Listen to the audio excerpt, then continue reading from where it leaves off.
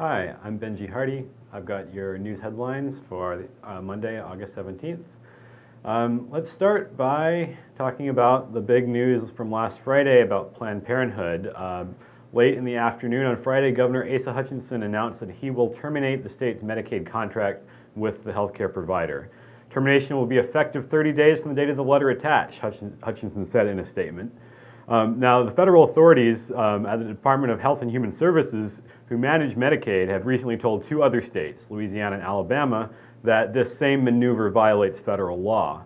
HHS prevents excluding a qualified Medicaid provider without a legally valid reason, and Planned Parenthood is such a provider. It should be mentioned here, yet again, that no federal funds actually pay for abortions to Planned Parenthood or any other provider. That's prevented by a long-standing piece of federal legislation known as the Hyde Amendment, except in rare cases of rape, incest, or to save the life of the mother.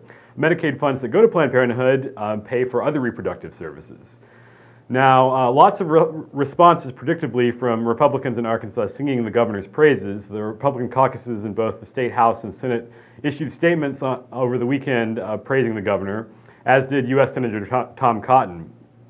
Now, where is all this headed? Well, technically it could end up in a standoff between Arkansas and the federal government. If Arkansas refuses to comply with the law entirely, the federal government could potentially yank all federal Medicaid funding.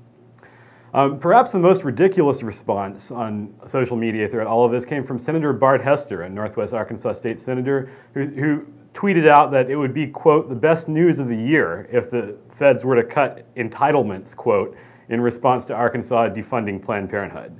Well, let's stop for a second and remember that Medicaid doesn't just cover the 250,000 or so Arkansans that are receiving benefits through the private option, which Hester is presumably referring to when he talks about entitlements, but also elderly Medicaid beneficiaries and nursing homes are receiving health care at home. Disabled Arkansans, including developmentally disabled children and adults, and of course hundreds of thousands of children who receive insurance through the Our Kids program. All of those folks would lose their insurance if Medicaid funding were to disappear from Arkansas.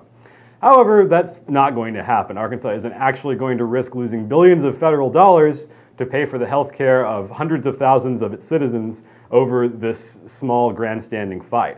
And we're probably not going to even get to the point where Arkansas ends up in a showdown with the feds. What's probably going to happen is that Planned Parenthood is going to sue, get an injunction, and win in court. Moving on, big news today in education in Little Rock. eStem, the charter school in downtown Little Rock, announced plans today to build a new school on the University of Arkansas at Little Rock campus. eStem will move its high school to UALR, where it will construct a building for grades 9 and 10, and also lease and renovate one of UALR's original classroom buildings for grades 11 and 12. That's going to significantly expand the space available for the school. During the first year on campus, the high school is expected to grow from 500 high school students to 725 students with a long-term goal of 1,500. eStem will pay UALR $50,000 for the property near 28th Street, and it will sign a long-term lease for Larson Hall, which is the building that's going to be renovated. That renovation is estimated to cost $3.5 million. John Bacon, who heads eStem, said that this sort of charter university partnership is unprecedented. He said, quote, what we're creating, frankly, is something that doesn't exist anywhere else. eStem, by the way, has a current enrollment of about 1,500 students. Bacon said that the eStem's board's goal is to reach a total enrollment of 5,000 by 2025. Very ambitious. Finally, a bit of news over the weekend in Hot Springs. 13 alligators were stolen from the Arkansas Alligator Farm and Petting Zoo in Hot Springs early Saturday morning. Those are 12 baby gators and one older one that's about 3 feet long. Security footage shows two men stuffing baby alligators into a sack and then quickly hustling out of the building. Who might steal a bag full of alligators or for what purpose is unknown, but if you have knowledge of the theft, call the Hot Springs Police or us. That's it for today. Back tomorrow.